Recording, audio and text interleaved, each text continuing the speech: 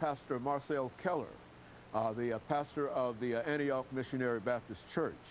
And of course, Pastor Keller, let me welcome you to the show during this final segment of the show, and to sort of remind you that, as you observed, that Dr. Baxter has sort of laid the foundation dealing with historical black colleges and the need for historical black colleges, and how the church was first identified as one of the main agents in terms of trying to deal with African education.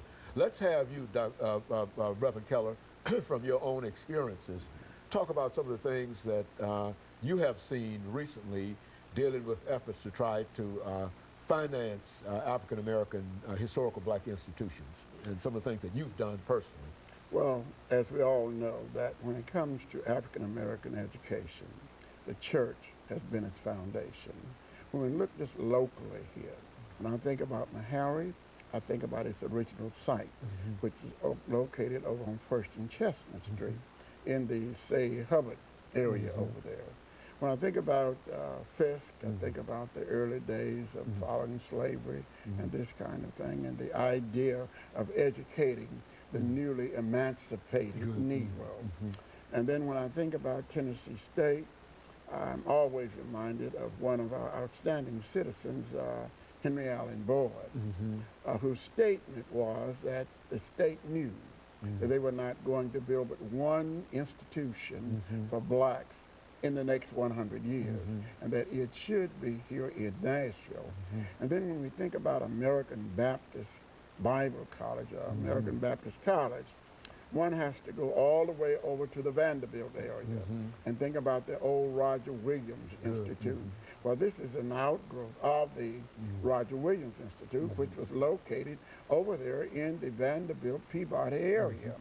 And so the church has always been our building block, and throughout history, it has been the church that has sustained education, because the first ones of our race to be educated was the clergy. And so that was a necessity, because they were the ones who were going to be leading the people. And then later on, as education sifted down, and as Dr. Baxter so beautifully outlined the difference between Du Bois and Booker T and all of them, but they all had the same goal in mind. From my own concept, I've often wondered what would have happened if Booker T and Du Bois had got together. And when we talk about the talented 10th of farmers, the talented 10th of educators, the talented 10th of all the various skills, suppose they had surfaced to the top, where would we be today as a people? And so we have to think about that.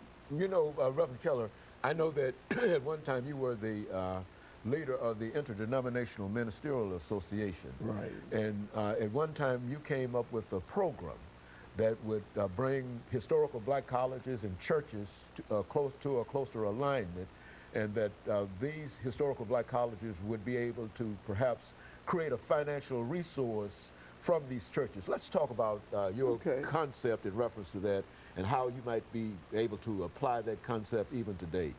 Even today, I'm proud to say that you were part of that. I like your terminology, the struggle, when we began this. It followed an incident that I was coming to lunch from the publishing house where I worked, and on the radio there was this statement that these 4 institutions locally would be penalized because of non-payment of some of our students.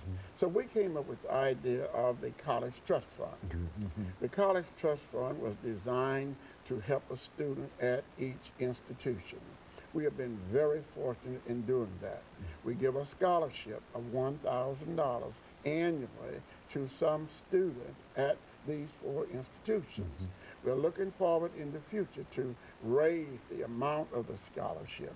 And not only that, if we follow the dream of raising $1 million as our goal suggests, then we will be able to give each one of these institutions, out of our investment portfolio, we'll be able to give each school $25,000 per annum. And this will go a long way in the educating of these students and following through and be able possibly to give a whole full-year scholarship to a student. And these are the kinds of things that we are going to have to do as a people to educate